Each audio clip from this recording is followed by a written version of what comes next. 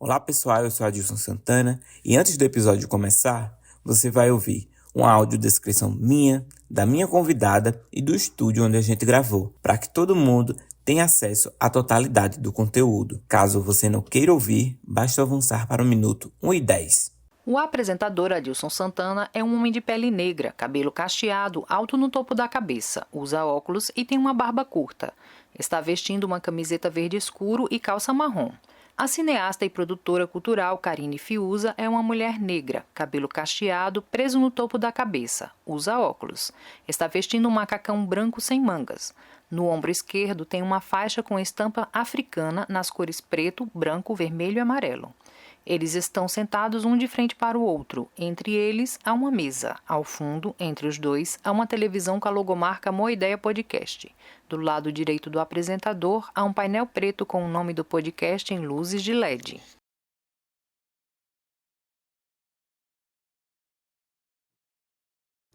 Olá pessoal, sejam muito bem-vindos a mais um episódio do Moideia. E hoje a gente vai tratar de um tema que a gente ainda não falou nessa caminhada que a gente já tem feito. Hoje a gente vai falar sobre cinema negro com uma cineasta que a galera aqui do ramo cultural de João Pessoa e até no estado da Paraíba, né, já tá ligado quem é. Carine Fiuza é minha convidada de hoje. Muito obrigado por você ter vindo e trocar essa ideia comigo. Bom dia, amor. Obrigada. Bom dia. Muito obrigada pelo convite. Então, vamos lá. Carine, antes da gente começar, eu sempre gosto de fazer o resgate, né? Porque a gente sabe, tipo, Carine Fiuza, a galera do audiovisual já conhece seu nome, porque já é um nome forte, já é envolvido em várias produções audiovisuais aqui na Paraíba. E eu queria que você dissesse um pouquinho da Carine, a criança, qual foi o ambiente que ela cresceu, onde foi que ela surgiu esse gosto pela sétima arte, vamos dizer assim. Tá, eu sou de Campina Grande. Eu moro em João Pessoa há 17, 18 anos, mas eu sou de Campina Grande. E eu sou filha caçula de uma família de 5 pessoas. E eu sempre assisti muita televisão. Assim, eu costumo dizer que a minha maior babá, minha principal professora foi a televisão. Então, eu passava muito tempo na frente da televisão e eu acho que é uma coisa até comum para pessoas negras, né, que nasceram ali na década de 80, 90, ter a televisão como grande referência. E aí, primeiro passo no audiovisual é através da televisão. E aí vem sessão da tarde, programas variados, não sei o que, não sei o que. Então, como os meus pais trabalhavam muito e os meus irmãos estudavam em um horário diferente do meu, basicamente o que eu tinha era televisão. Então, assim, até eu tenho muitas referências culturais a partir da televisão. E aí minha jornada começou assim, né? Sempre muito apaixonada. Eu nunca me imaginei na frente das câmeras, né? Porque tem crianças que ficam ali brincando, sendo apresentadoras e não sei o quê. Não, mas eu queria fazer imagens. Eu sempre tinha muita vontade de fazer imagens bonitas, legais e tal. Massa. E aí começou assim. E quando a gente fala também sobre a questão de aptidão, né, para essa veia artística que a gente tem também tem inspirações. De onde é que veio tuas inspirações iniciais ali? Além da televisão, claro. Eu acho que tem um lugar que eu fico pensando, assim, da solidão. A solidão me permitia muita coisa. Então, eu ficava muito tempo sozinha e, quando eu estava muito sozinha, eu ficava imaginando muita coisa. E aí, eu tinha uma... Putz, que legal essa lembrança. Eu tinha uma árvore no quintal lá de casa, que era um pé de graviola enorme. E que eu gostava muito desse pé de graviola, porque tinham muitos soldadinhos, aqueles bichinhos pretos com olhinhos brancos. E o meu pai, quando limpava o quintal, ele tocava fogo nas folhas e matava os soldadinhos. E aí eu ficava subindo na árvore para pegar o máximo de soldadinhos possíveis para guardar numa caixinha de fósforo. E quando meu pai limpava o quintal, eu guardava eles num lugar seguro e depois ia e colocava na árvore. E aí, nesse subir e descer da árvore, eu ficava imaginando muitas coisas. É porque a árvore parecia um outro universo, assim. Cada galho daquilo, eu podia inventar qualquer coisa ali, não sei o quê. Então, tinha muito esse lugar de imaginar. E por mais assim, eu digo, é muito solitário. Não, minha família estava sempre lá, né? Mas eu estava no meu lugar muito sozinha, sabe? É massa ter esse tipo de lembrança e quando é, tipo assim, uma coisa tão forte, né? Que eu vi até que você se emocionou um pouco. Mas quando você foi crescendo e você viu, não, de fato é isso que eu gosto. Como foi a recepção da tua família para com a linha de profissional que você ia seguir? Tá. Eu tinha um desejo quando pequena, pronto, e essas coisas estão relacionadas. Eu queria ser veterinária, né? Mas eu não queria ser veterinária de gato e cachorro, de animais domésticos. Eu queria ser veterinária de animais silvestres, de animais de grande porte, tipo cavalo, vaca, não sei o quê. E aí, quando eu terminei o ensino médio, ficou uma questão muito grande que era escolher algum curso aqui ou ir para Areia ou algum outro estado, né? Porque aqui na Paraíba a gente só tem curso de veterinária em Areia e tal, ou em outro estado. E aí eu não quis sair daqui para não ficar longe da minha família e acabei fazendo biologia. E aí em biologia não me satisfazia, porque o que eu queria era veterinária. Mas no começo da minha graduação eu comecei a me relacionar com um rapaz que fazia audiovisual. E aí a gente começou a fazer trabalhos juntos. Os trabalhos que ele tinha na universidade a gente fazia junto. E eu comecei a entender que eu gostava muito daquilo. É como se, assim, tivesse lembrado que eu gostava muito daquilo. E o desejo, de novo, de fazer imagens bonitas. E aí eu fui e tranquei o meu curso de biologia e fui fazer comunicação, fui fazer rádio e TV. E aí, nesse meio tempo, assim, eu já tinha conhecido praticamente todos os cineastas paraibanos, né? Porque eles são pessoas acessíveis, assim, o legal de estar aqui no estado e de fazer cinema no estado é que a gente pode acessar as pessoas. Então, eu via filmes maravilhosos, assim, extremamente inventivos, extremamente empolgantes. E eu conhecia as pessoas que faziam esses filmes. Aí eu comecei a querer estar nesses lugares também. E aí, para minha família, foi muito... carinha, é isso? não tenho muito o que fazer. E na minha cabeça, o caminho que eu escolher, eu vou ficar bem com ele. Aí... Foi. E deu certo. Tá dando. E uma outra coisa que eu queria saber de você também é que você é uma dos entusiastas aqui na Paraíba do Cinema Super 8, né? De vez em quando eu vejo uma foto sua nas redes sociais com a câmera do estilo Super 8 e tudo mais. Como é para você fazer esse tipo de resgate também, né? Que a gente sabe que esse tipo de material tem se perdido, né, ao longo do tempo, e você, entre aspas, né, porque você já trabalha há um certo tempo com audiovisual, mas eu posso dizer que você é uma de uma nova geração de cineastas paraibanos. Sim. Como é para você fazer esse tipo de resgate de um material que foi tão importante na construção do cinema paraibano?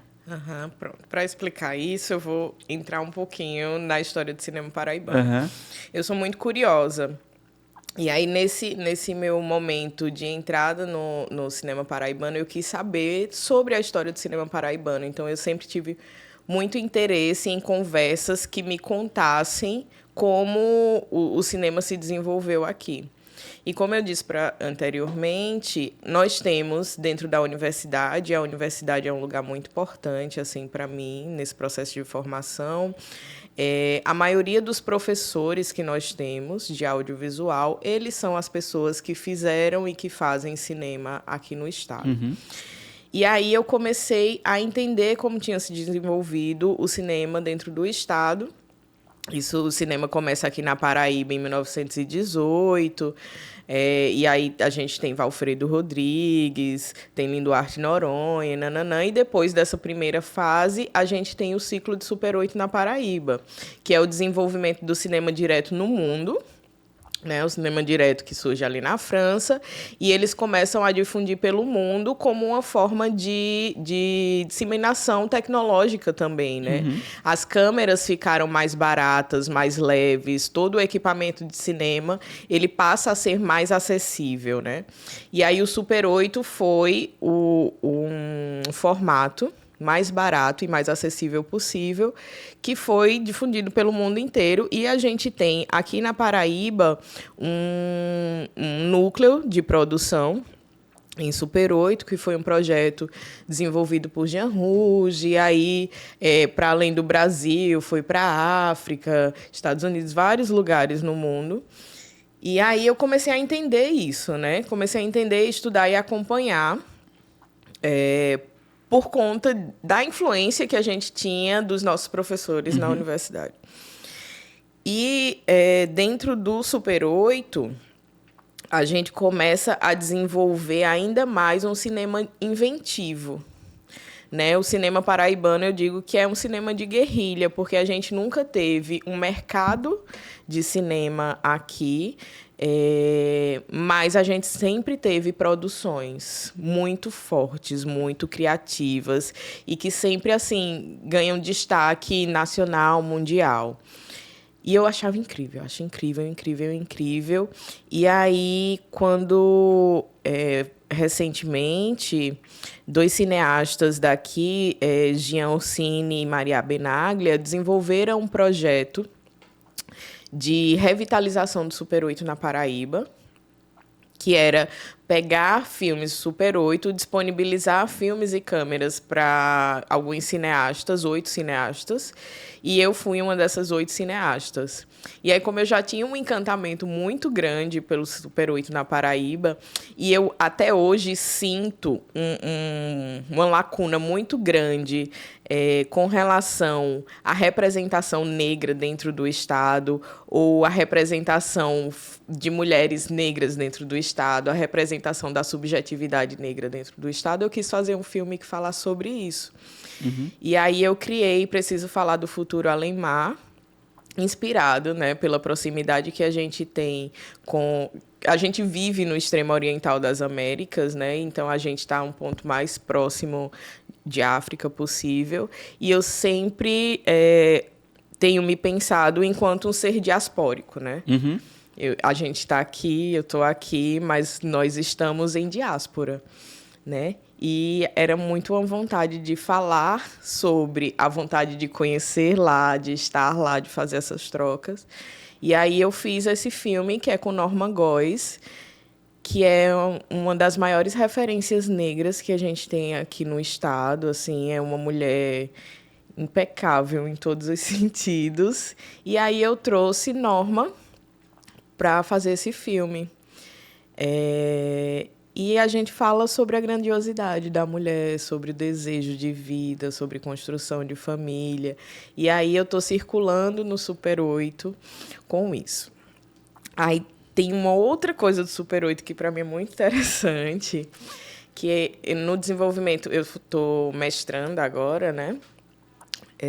No desenvolvimento da minha pesquisa, eu cheguei a um resultado que era a primeira mulher negra a fazer cinema aqui na Paraíba, né? Um dos resultados da minha pesquisa. E ela realizou o filme dela exatamente no movimento Super 8 da Paraíba, que começa ali no final da década de 70 e se desenvolve na década de 80. E aí eu fui entender mais ainda sobre o Super 8 na Paraíba, só que esse entendimento vem a partir de uma história de apagamento de uma mulher.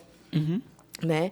E aí eu estou ainda muito envolvida com o Super 8 nesse sentido, assim, de entender o que foi esse movimento, entender como apagaram a história dessa mulher, que é Maria Antônia Pereira Ágape, entender a obra dela, entender o modo de produção. Então, o Super 8 está nesse lugar, assim. Aí é importante para mim, porque é importante para o cinema do Estado, né? Enquanto cineasta paraibano, acaba que... Massa, eu não conhecia, eu lhe digo, porque também é um traço desse apagamento que você falou. Eu não conhecia essa cineasta, a primeira cineasta negra da Paraíba. Eu não conhecia, eu nunca tinha escutado falar. E é muito bom ter esse tipo de entrevista, dessa troca aqui no Uma Ideia, porque eu vou aprendendo muito com meus entrevistados. Eu gosto muito disso. E uma coisa que você falou, que eu posso fazer um link já para o assunto que eu acho que é muito importante aqui para Uma Ideia e também para você, que um filme seu, que eu assisti enquanto que a gente ainda era contemporâneo da universidade, que é Odopupa, né? Que fala sobre a questão de racismo estrutural que jovens negros vivem na sociedade. Como foi para você, né, fazer esse filme e como foi construir e ver o resultado e ter o resultado também do público, que a galera gostou muito. E eu sou uma dessas pessoas. Como foi isso? Odopupa é o meu trabalho de TCC. Eu fiz a graduação em rádio e aí no final da graduação eu queria fazer um produto. E como eu tinha feito uma circulação grande, assim, produzindo filmes para outras pessoas, eu entendi como fazer filmes e como conseguir verba para isso. E aí, quando eu estava naquele período que a gente tem que escolher qual é que vai ser o nosso projeto, eu escolhi fazer um documentário que falasse sobre racismo estrutural.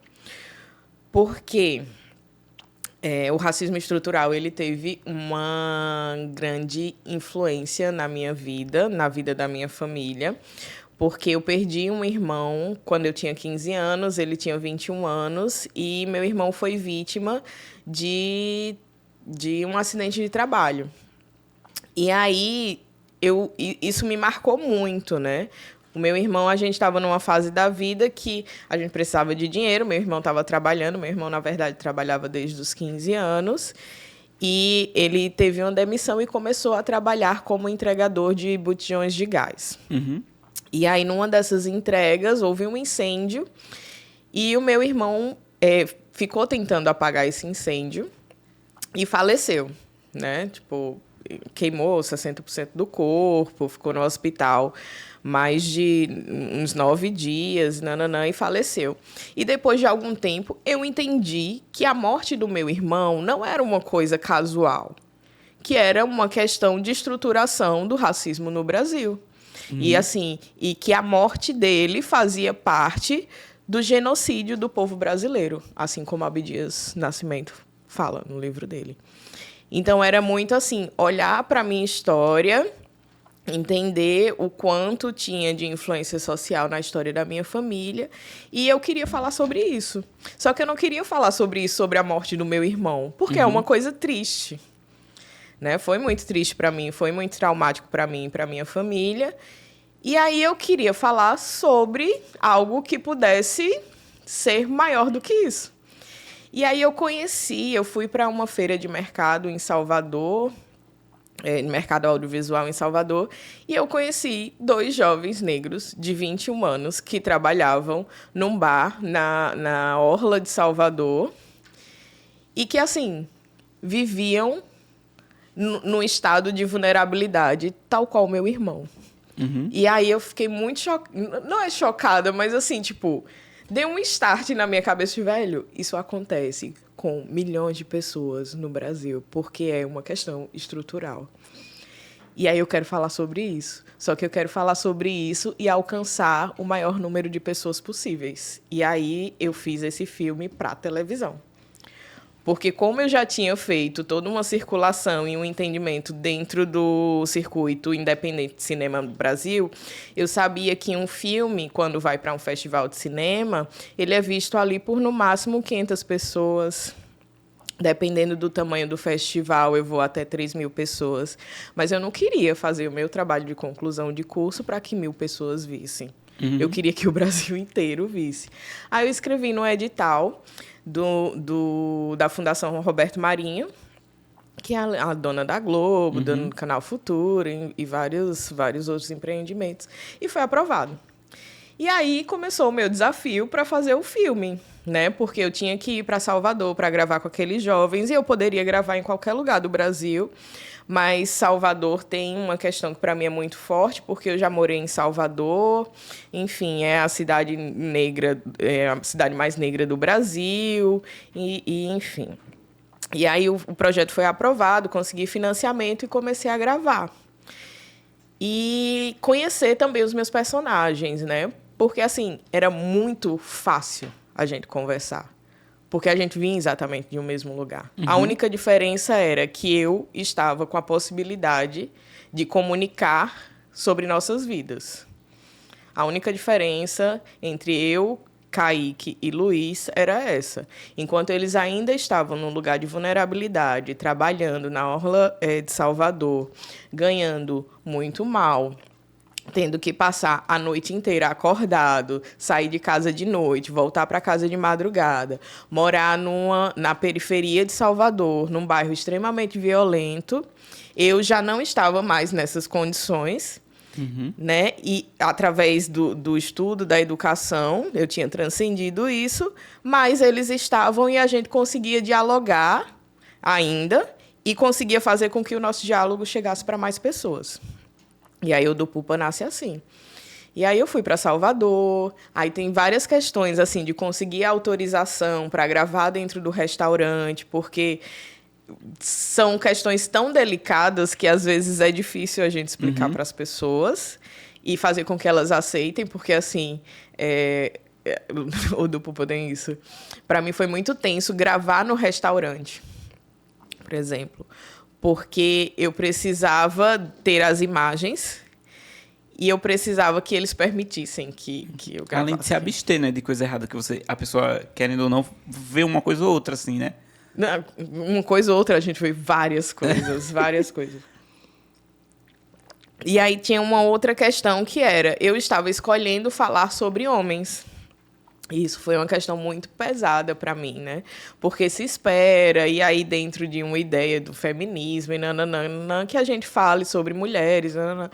Mas, assim, eu queria falar sobre aquilo, porque aquilo fazia parte da minha vida. E, assim, eu perdi meu irmão, né, nessa história, e eu queria falar sobre aquilo. Era sobre a minha família. Querendo ou não, era também uma espécie de cura, né? De cura. O cinema serve para isso, e os brancos fazem isso, assim, muito fácil. Para eles falam sobre o umbigo deles sem nenhuma questão, sabe? Inclusive, assim, eu acho que o cinema tá estagnado dessas narrativas brancas, porque, assim, tipo, velho, vocês ficam falando sobre o umbigo sujo de vocês há décadas, há séculos, sabe? E a gente tá cansado disso. E eu queria falar sobre mim, eu queria falar sobre a minha família, sobre a minha história, e aí foi uma questão, né? Falar sobre esse masculino, mas eu me redimi comigo mesma, assim, de tipo... Cara, eu tô falando sobre a minha vida, a minha história, né?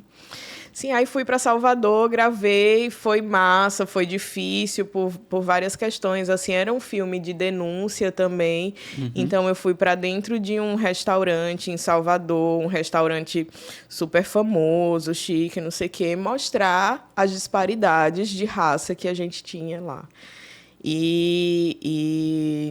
E aí também ir para a casa dos meninos, para a gente conversar, para mostrar a realidade deles e tal, e relacionar isso com as histórias de milhares de pessoas no Brasil. Então, o do Pupa tem essa ideia, assim, eu me vejo muito como uma mãe negra, olhando para uma realidade que é cruel conosco, e trocando ideias com jovens que também têm uma visão crítica sobre aquilo, né? O do Pupa tem isso, assim, os meninos não estão inocentes, eles sabem o que está acontecendo, eles sabem qual a posição que eles estão sendo, não é a posição deles, é a posição que eles são colocados, né? E o quanto é difícil sair daquilo, enfim...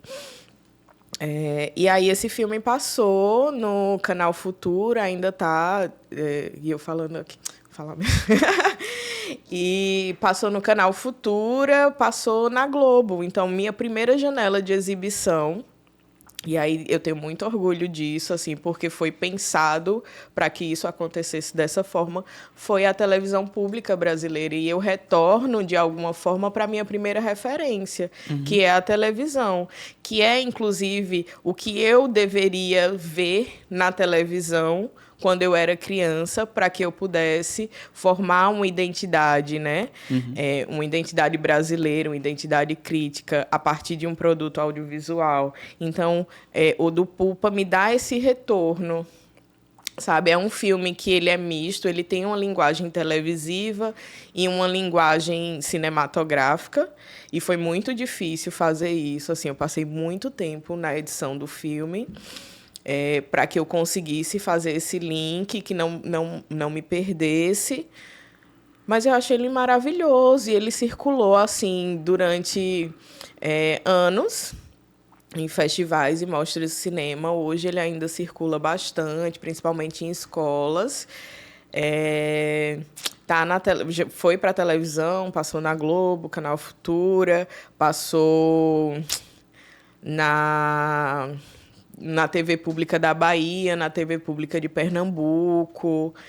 Aqui na Paraíba tem as questões, porque a gente, enquanto artista paraibano, o lugar de reconhecimento é muito difícil, então a gente consegue circular fora do estado, mas dentro do estado não, a menos que a gente fique ali batendo cabeça. Mas eu também tinha tido um entendimento anterior de que eu ia fazer fora para depois vir para casa, sabe? E aí eu acho que O do Pupo, ela chega tardiamente no cenário paraibano, porque ela só chegou no cenário paraibano porque eu tinha feito uma circulação nacional muito grande.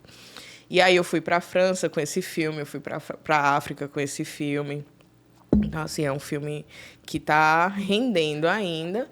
Eu acho que a carreira dele, depois de 4, 5 anos, está acabando agora. Eu estou fazendo os últimos licenciamentos dele, eu estou vendendo ele para a TV ainda. E foi lindo, porque me sustentou, assim, foi um projeto de R$8.000 que eu consegui financiamento para fazer, e eu acho que ele me rendeu mais do que isso durante esses anos de circulação, e além da recompensação, sabe, do pessoal, assim, de ter conseguido criar um produto comunicacional e ter um alcance como eu tive. Massa. Agora, tem 2 palavras que você falou nessa sua resposta que me chamam muita atenção. Que você falou sobre inventivo e você falou que se vê como uma mãe negra. E você é mãe.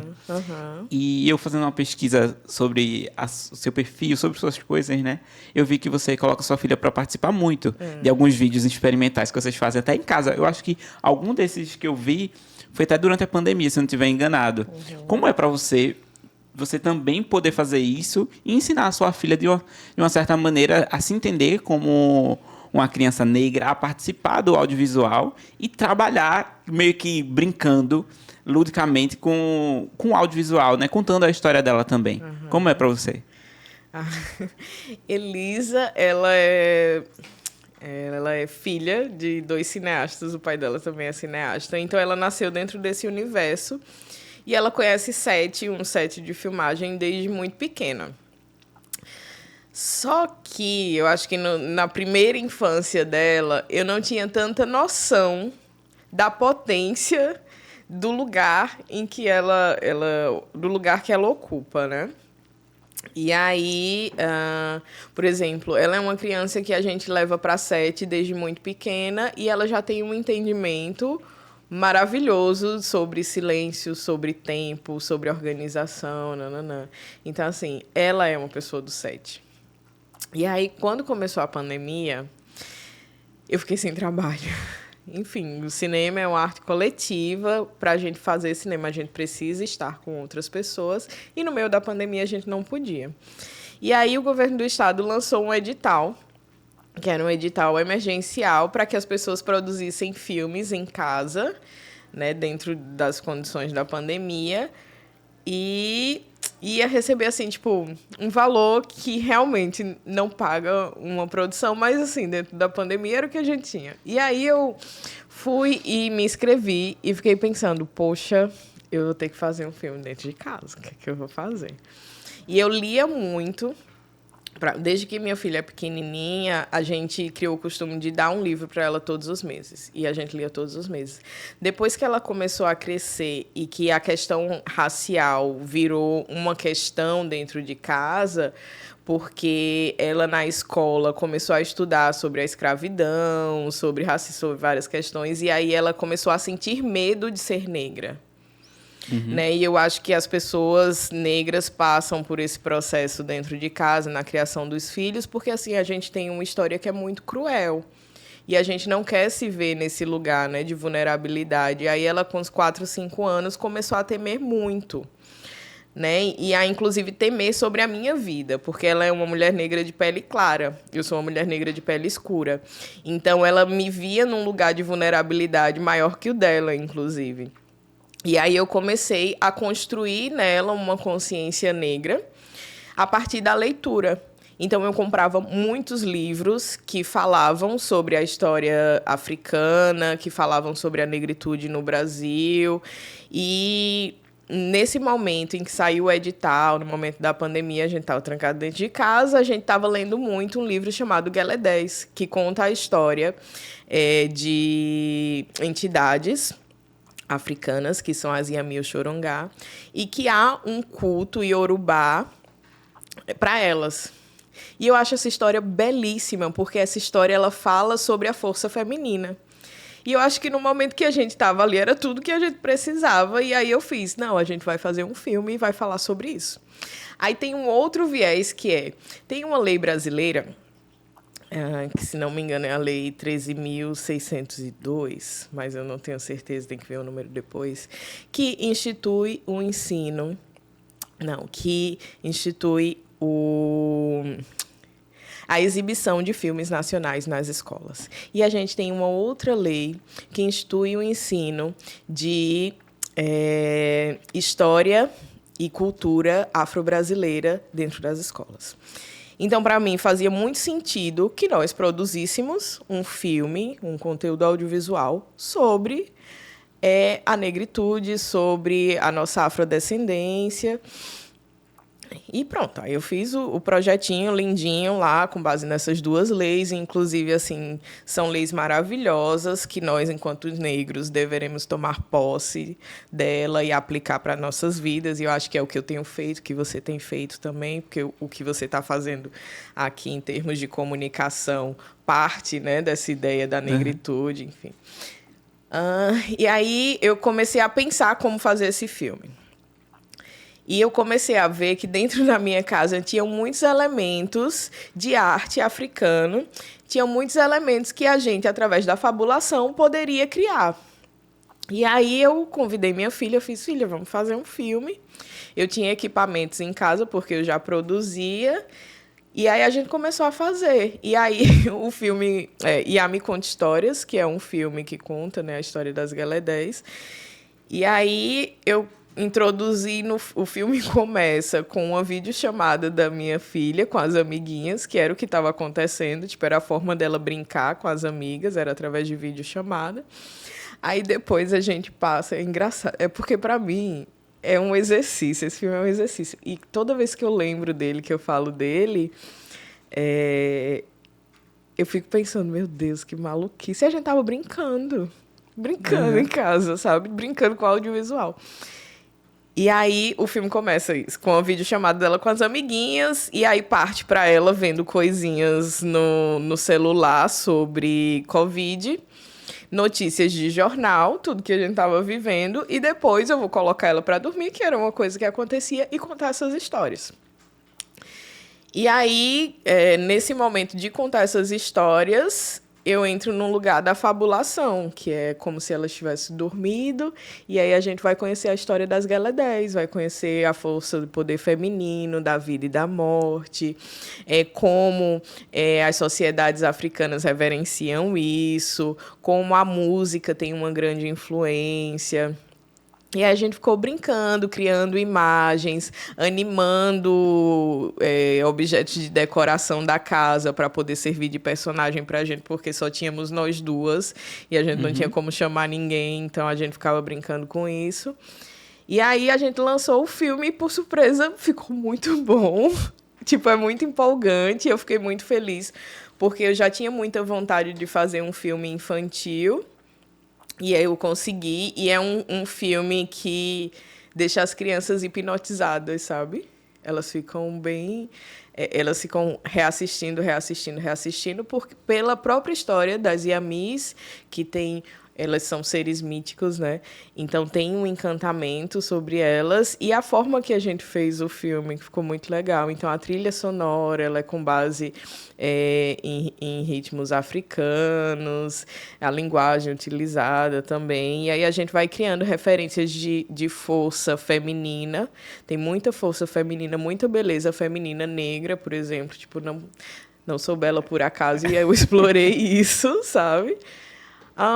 Então é isso. Aí entra nesse lugar que estava falando de inventividade e da maternidade, porque a gente precisa criar imagens para a gente ter enquanto referência positiva, porque não fizeram isso por a gente precisa criar, entendeu? E para a gente encerrar, eu queria que você, além de responder minha pergunta, também desse uma mensagem para as Karines, né? Que a gente sabe que existem muitas Karines por aí. E uma coisa que você falou que eu achei muito interessante foi de que você precisava ter essa imagem, né? De criança, tipo assim, se você tivesse sido crescendo e tendo essa imagem de pessoas negras na televisão, mostrando que se acham bonitas, que são inteligentes, que leem, que escrevem, que é uma imagem que a gente ainda não vê na televisão hoje em dia, mas que teve um aumento de pessoas negras na televisão, isso é claro, né? Mas como é que para você, né, ser agora a cineasta que você é, o nome que você tem, e poder falar, comunicar para essas Karines que ainda estão trilhando o início da sua carreira no audiovisual? Tá, primeiro eu penso que o caminho a partir de agora é outro, né? Então nossas preocupações têm que ser outras. Como você disse, hoje a gente já tem muito mais representação negra na televisão, a gente tem muito mais representação negra no cinema, mas a gente entra, falando em representação, a gente entra em dois conceitos que são muito importantes, né? E a gente precisa trazer para frente, que é representação e representatividade. O corpo negro em tela, a gente tem representação, e nós sempre tivemos, porque o cinema tem fetiche por corpos negros, né? A branquitude tem um fetiche por corpos negros, e Frantz Fanon fala isso pra gente, assim, de forma, enfim, incrível. Então, nós sempre estivemos, né? Os nossos corpos, a nossa imagem, elas estão no imaginário coletivo. Mas isso não significa que essas representações sejam positivas, que a gente esteja representado da melhor forma, né? Durante séculos, o cinema é uma arte que já tem século, nós fomos representados de forma extremamente estereotipada e limitada, né? Nos meus estudos sobre representação e representatividade negra, tem um livro que fala sobre 12 estereótipos do negro, isso homens ou mulheres. Então, nós somos um malandro, o bom vivant, o agressivo, o violento, nós somos o vagabundo, nós somos o ladrão, nós somos a mulata boazuda, nós somos a mãe cuidadora, né, mas nunca cuidada, nós somos, enfim, vários estereótipos que a gente está acostumado com isso e, de alguma forma, a gente reproduz também isso socialmente, né? O audiovisual ele é uma arte de reprodução do social, né? Reprodução da realidade. E aí a gente fica nisso durante muito tempo. E agora, depois de uma movimentação grande que surge há muito tempo atrás, muito antes da gente, muito antes do Brasil, por exemplo, o panafricanismo é um movimento muito forte e que a gente consegue ver os resultados do movimento panafricanista agora. A gente tem um movimento negro no Brasil, a gente tem um movimento negro nos Estados Unidos. Então, tudo parte de uma política para que a gente consiga chegar a uma prática. E aí o que eu enxergo enquanto cineasta negra aqui eu estou vivendo o resultado da luta de muitas pessoas num campo político e eu estou aplicando na prática o que essas ideias políticas em torno da negritude são de fato. E aí eu imagino que eu estou vivendo uma parte da história, que é o que me cabe na história da humanidade em torno da construção da negritude, ou da reconstrução da negritude. É isso.